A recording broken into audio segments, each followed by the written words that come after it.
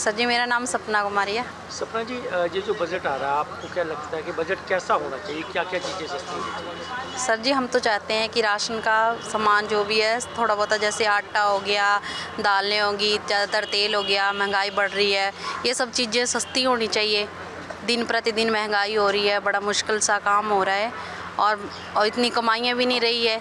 और ये जो भी चीज़ें हैं, सरकार से हम यही उम्मीद करते हैं कि ये सब चीज़ें सस्ती होनी चाहिए। सिलेंडर और बिजली के बारे में आपका क्या? सर जी, सिलेंडर के बारे में तो हम यही कहते हैं कि सिलेंडरों का भी रेट बढ़ चुके हैं, बहुत ज़्यादा बढ़ चुके हैं और इतनी सारी रेट इतने ऊपर हो गए हैं कि मुश्किल हो रहा है।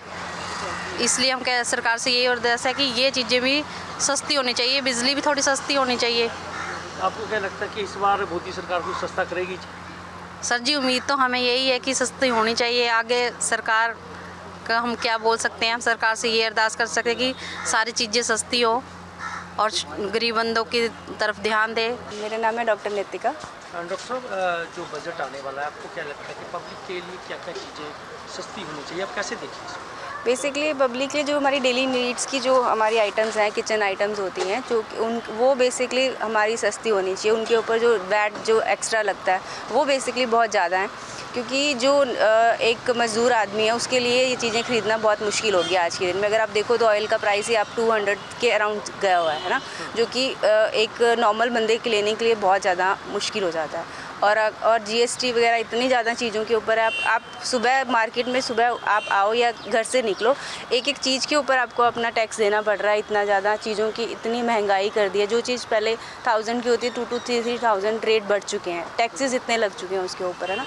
तो बेसिकली जो बजट आए उसमें जो डेली आम बंदों को है उनको रियायत होनी चाहिए थोड़ी सी। आपको क्या लगता है जो बजट आ रहा है कि उसमें इस चीज़ों पर ध्यान दिया जाएगा? डेफिनेटली इस चीज़ों पे देना चाहिए, क्योंकि जब से बीजेपी गवर्नमेंट आई है तब से ये चीज़ों के रेट बहुत ज़्यादा बढ़े हैं। चाहे आप पेट्रोल ले लो, चाहे आप डेली आइटम्स ले लो, सभी चीज़ों, गारमेंट्स के ऊपर आप देख लो, सभी चीज़ों की लो। चलो ये तो नेसेसरी नहीं है, बट जो फूड आइटम्स एटलीस्ट उस पर तो कम होना चाहिए। क्या नाम है जी आपका? प्रिया। प्रिया जी, जो बजट आ रहा है क्या बोलना चाहेंगे इसके बारे में, क्या क्या सस्ता होना चाहिए, आपको क्या लगता है? बजट में जैसे कि देखो, सिलेंडर बिल्कुल सस्ता होना चाहिए। जैसे पहले सब्सिडी देते थे, अब तो कोई भी सब्सिडी नहीं दे रहे हैं। जो आम जनता है उनके लिए मुश्किल हो रहा है, तो उसके लिए ये है थोड़ा कम होना चाहिए। हर चीज़ के रेट बढ़ रहे हैं, चाहे राशन ले लो, खाने का ले लो, गैस ले लो, बिजली बिल ले लो, सब कुछ बढ़ रहा है। तो आपको क्या लगता है कि जैसे सब्जी है, रोज की चीज़ें हैं, तो इस चीज़ से घर का बजट हिलता है क्या? बिल्कुल बिल्कुल हिलता है। क्या चीज़ें चाहिए? जैसे सब्जियां इस सीज़न में बहुत कॉस्टली आ रही हैं। जैसे कोई भी सब्जी ले लो, आम जनता को, मतलब कुछ लोग ऐसे हैं जो उसको नहीं कर पा रहे हैं। अगर रसोई का बजट बढ़ता है तो लोग खरीदार भी कम करते हैं। बिल्कुल। तो आपको लगता है कि इस बार मोदी सरकार जो बजट है आपके फायदे का लाने वाली है? आपको क्या होप सो, हमें होप तो है उनसे कि हाँ थोड़ा हो कम। जैसे बढ़ते रेट हैं आजकल के, राशन खाना पानी आम लोगों को मुश्किल हो रही है, तो होना चाहिए, थोड़ा कम होना चाहिए। बिल्कुल। क्या नाम है जी आपका? राजबाला। तो आप बजट आने वाला है जी, जी। आपका घर में महिला है, तो आपको क्या लगता है कौन सी चीज़ें सस्ती होनी चाहिए, कैसा बजट होना चाहिए? सर, मिडिल क्लास की लिमिट का तो चाहिए, जिसमें अच्छे से कमा सकें और अपने घर का गुजारा कर सकें। सिलेंडर भी सस्ता हो, राशन दालें भी सस्ती हों। हाँ जी। तो आटा जैसे इससे घर का बजट भी बिगड़ता है अगर महंगाई बढ़े? हाँ सर, वो तो हाँ ही बिगड़ रहा है। दिन पर दिन महंगाई जितनी ज़्यादा हो रही है और उसमें गुजारा करना बहुत मुश्किल है। तो हमारी अपनी मोदी सरकार इस बार अच्छा बजट पेश करेगी? हो सकता है सर, 90%। जी, बजट आने वाला है, बजट को लेकर क्या आपने उम्मीदें लगा रखी हैं? एक मिडिल क्लास फैमिली से बिलोंग करते हैं, क्या आप लोगों ने उम्मीद लगा रखी है? देखिए, हम लोग घर पर बैठे हुए हैं, घर पर खाने पीने की वस्तुएं, कई चीज़ों से महंगाई का वास्ता पड़ता है। ये सही है कि कोरोना काल की वजह से, कुछ अन्य कारणों से पूरे देश की, पूरी दुनिया की जो वर्तमान परिस्थितियाँ हैं, रूस यूक्रेन युद्ध के बाद खासकर खाने पीने की वस्तुओं में महंगाई बढ़ी है। सरकार को इस बात पर ध्यान देना चाहिए कि खाने पीने की वस्तुओं से जुड़ी हुई जो घर की बहुत बड़ी ज़रूरत है, उस पर जितनी भी व्यापार को संबंधित बाधाएं हैं, कहा जाता है ease of doing business, ease of doing business को अगर बढ़ावा देना है और वाकई बिजनेस को इजी करना है, तो खाने पीने की वस्तुओं पर जितने भी कानून, खास करके मंडी शुल्क जो कृषि कानून वापस होने के बाद लागू हुआ है, और मंडियों के अंदर जो मंडी शुल्क है, प्रदेश हिंदुस्तान के जितने भी प्रदेश हैं सब में अलग अलग दरें हैं, उस पर सरकार विचार करे और भारत सरकार फिर से मंडी शुल्क को समाप्त करने पर विचार करे। और एक व्यापार के लिए बहुत बड़ी बात है। दूसरी बात, जितने भी डिपार्टमेंट हैं सरकारी जो खाने पीने वस्तुओं पर एक नज़र रखते हैं, फूड डिपार्टमेंट जिसको FSSAI डिपार्टमेंट भी बोलते हैं, इन सब को नियंत्रित किया जाए। ज़्यादा दबाव, ज़्यादा बाधाएं खाने पीने की वस्तुओं या कोई भी चीज़ हो उस पर प्रभावित करती हैं, उसके व्यापार को प्रभावित करती हो। ईज़ ऑफ डूइंग बिजनेस की ओर सरकार ध्यान दे, बिज़नेस को सरल करे। इस पर यह आने वाला बजट है, इस पर विचार होना चाहिए, जिससे हमारे घर का बजट, हमारे घर की खाने पीने की जो ज़रूरतें हैं उन सब पर कहीं ना कहीं सुधार हो सके। भैया आम बजट आ रहा है, क्या उम्मीद लगा रखी है इस बजट को लेकर आप लोगों ने? देखिए, सरकार से हमें बहुत सारी उम्मीदें हैं। कोरोना काल के बाद जहां देखा जाए तो हर देशों की अर्थव्यवस्था लगातार डाउन जा रही है, लेकिन अपने हिंदुस्तान की अर्थव्यवस्था निरंतर स्तर पर बढ़ रही है।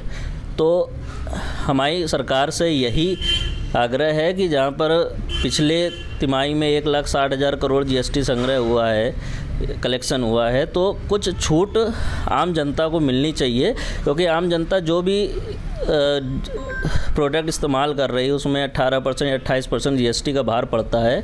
तो कम से कम उसको कुछ राहत दे तो घर परिवारों में आसानी से सब संचालन हो सकता है। थोड़ा महंगाई का दबाव कम पड़ेगा।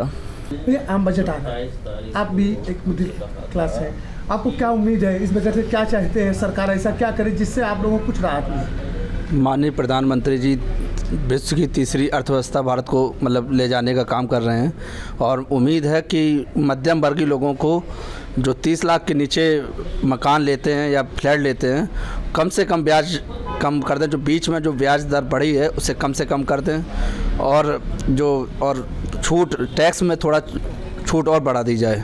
मैम, आम बजट आ रहा है, क्या उम्मीदें लगा रखी है आप लोगों ने आम बजट को लेकर? सरकार से क्या चाहते हैं जिससे आपका किचन थोड़ा बेहतर हो?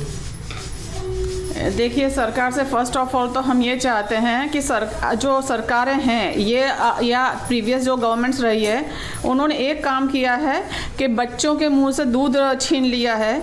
आज दूध इतना महंगा है, डेयरी प्रोडक्ट्स इतने महंगे हैं कि पेरेंट्स अपने बच्चों को दूध तक नहीं पिला सकते हैं। डेयरी प्रोडक्ट्स बहुत ज़्यादा महंगे हो गए हैं। और दूसरी चीज़ ये है कि देखिए, गेहूं की कीमतें बढ़ रही हैं, गैस बहुत महंगी है, सिलेंडर 1100 रुपये लगभग मिल रहा है।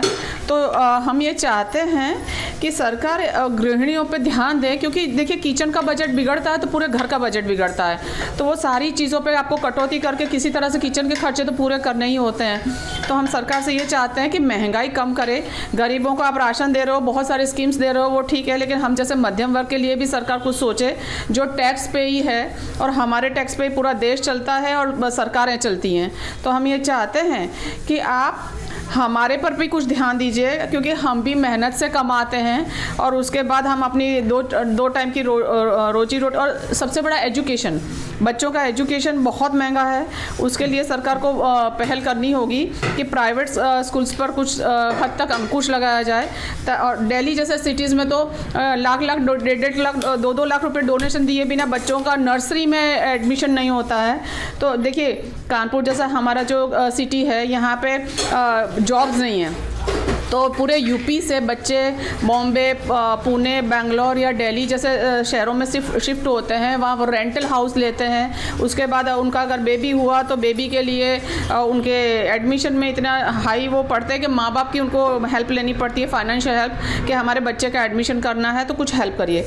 तो ये सारी चीज़ें हैं। आप एक वोट बैंक देख रहे हो, गरीबों को सिर्फ देख रहे हो, आप सबको देखिए, सबको लेके चलिए, क्योंकि हम भी नागरिक हैं आपके देश के और हम टैक्स पे ही हैं। हमारे टैक्स से ही आप सारी सुविधाएं दे रहे हैं, सारी स्कीम्स दे रहे हैं, सारे ऑफर्स दे रहे हैं और अपने वोट बैंक की राजनीति आप अपनी बढ़ा रहे हैं। तो सभी का ध्यान रखिए। हम भी इस देश के वासी हैं, हमारा भी उतना ही हक है, फ़र्ज़ है। फ़र्ज़ के साथ हमारा हक भी है कि हमें भी रिजनेबल रेट्स पे चीज़ें मिले, टैक्स में छूट मिले, और ख़ास करके महिलाओं को लोन मिले आसानी से, ताकि वो कुछ अपने लिए काम कर सकें, कुछ रोज़गार का सृजन कर सकें। तो बस यही सारी मांगे हैं और होपफुली हम हर साल कहते हैं, हर बार कहते हैं, लेकिन होपफुली कि सरकार इस बार हमारा निर्मला सीतारमन है हमारी जो वित्त मंत्री, उनको तो और ज़्यादा ध्यान देना चाहिए कि वुमेंस जो होती हैं, जो मिडिल क्लास वुमन होती हैं, वो किस किस मुसीबतों से गुजरती है। हॉस्पिटलाइजेशन इतना महंगा है, मेडिक्लेम इतना महंगा है कि हर इंसान मेडिक्लेम ले नहीं सकता है, और सारे ही लोगों को जो सरकारी योजनाएं होती है, सरकारी अस्पताल होते हैं, उसमें सारे लोगों को बेनिफिट नहीं मिलता है। आयुष्मान कार्ड का जो कि सरकार का अच्छा प्रशंसनीय कदम है, लेकिन उसके बावजूद भी सब कुछ बहुत महंगा है, बहुत ज़्यादा महंगा है। महंगाई कम करने पर ध्यान देना चाहिए। बजट आने वाला है, क्या उम्मीदें लगा रखी है गवर्नमेंट से? जी, मैंने बजट के लिए पहली बात तो बहुत सारी उम्मीदें हैं गवर्नमेंट से। जिस तरीके से हमारा ग्रोथ हुआ है, एटलीस्ट हम ये चाहते हैं कि कुछ रेपो रेट को कम किया जाए, हम लोगों को थोड़ा सा सुकून, कुछ मिडिल क्लास को थोड़ा सा सुकून दिया जाए। और एक जो सबसे बड़ा पॉइंट है मेरे लिए, क्योंकि मैं एक व्यापारी की पत्नी हूँ, तो सबसे बड़ा पॉइंट मेरे लिए ये है कि लकड़ी जैसी बेसिक चीज़ जिससे हर घर बनाने का जो मतलब एक सपना इंसान देखता है, लकड़ी जैसी चीज़ पे गवर्नमेंट ने 18% का टैक्स लगा के रखा है।